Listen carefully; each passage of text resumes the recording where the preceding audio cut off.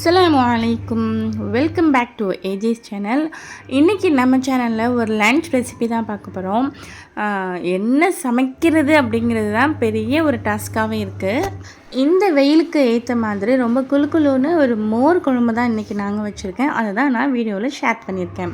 அதுக்கு தேவையான இன்க்ரீடியன்ட்ஸ் தேங்காய், ஒரு பச்சை மிளகாய், வெங்காயம், 3 பல்லு பூண்டு, 2 துண்டு இஞ்சி, ஒரு ½ அன் ஹவராக ஊறிட்டு இருக்கிற 1 டேபிள் ஸ்பூன் துவரம்பருப்பு, 1 டீஸ்பூன் ஜீரகம், இதெல்லாம் சேர்த்து மிக்சியில் கூடவே மஞ்சத்தூள் சேர்த்து நல்லா நம்ம ஒரு பேஸ்ட் கன்சிஸ்டன்சியில் அரைச்சி எடுத்துக்கலாம். மிக்சியில் அரைச்சி எடுத்ததை தனியாக ஓரமாக வச்சிடலாம்.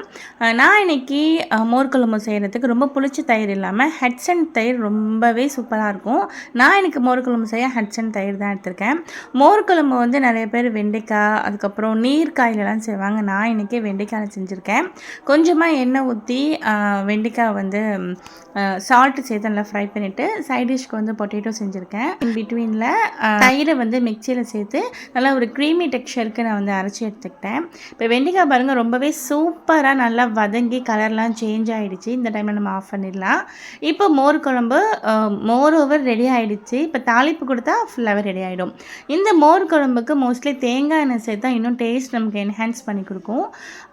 அந்த எண்ணெயில் கடுகு, கருவேப்பிலை, பட்டை மிளகாய் சேர்த்து நல்லா பொரிஞ்சு வந்ததுக்கப்புறம் கட் பண்ணி வச்சுருக்க ஆனியன் சேர்த்து நல்லா சாட்டே பண்ணிக்கணும். இந்த டைமில் பெருங்காயம் சேர்க்கணும். பட் நான் வந்து மறந்துட்டேன், பின்னாடி சேர்த்துருப்பேன். இந்த டைமில் பெருங்காயம் சேர்க்குறது ரொம்பவே கரெக்டான லெவலாக இருக்கும். அதனால் பெருங்காயம் சேர்த்து சாட்டே பண்ணிவிட்டு ஃப்ரை பண்ணி வச்சுருக்க வெண்டைக்காவும் நம்ம இந்த டைமில் சேர்த்துக்கணும். அதையும் சேர்த்துட்டு நல்லா சாட்டே பண்ணிக்கணும். அதுக்கிடையில் நம்ம அரைச்சி வச்சுருக்க தேங்காய் பேஸ்ட் இருக்கு இல்லையா, அதையும் சேர்த்து நல்லா சாட்டே பண்ணிக்கணும். ஒரு கிரேவி மாதிரி கன்சிஸ்டன்சி வர்ற ஸ்டேஜில் நம்ம வந்து மோர் வந்து அடித்து வச்சுருக்கோம் இல்லையா, அதையும் சேர்த்து கொதி வந்து வராமல், அதாவது ரசம் நம்ம அடக்கும் இல்லையா, ரசம் வந்து நிறைய பேர் வந்து ஒரு சில பேர் வந்து கொதிக்க வச்சிடுறாங்க, ஒரு சில பேர் கொதி வர ஸ்டேஜில் அடக்குவாங்க.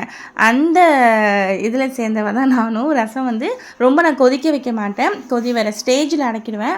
அதே மாதிரி தான் நம்ம இந்த மோர் குழம்பையும் வந்து அந்த தேங்காய் பேஸ்ட்டோடு இந்த அடித்து வச்ச மோரை சேர்த்து நல்லா மிக்ஸ் பண்ணிவிட்டு கொதி வர ஸ்டேஜில் நம்ம வந்து அடைக்கிடணும்.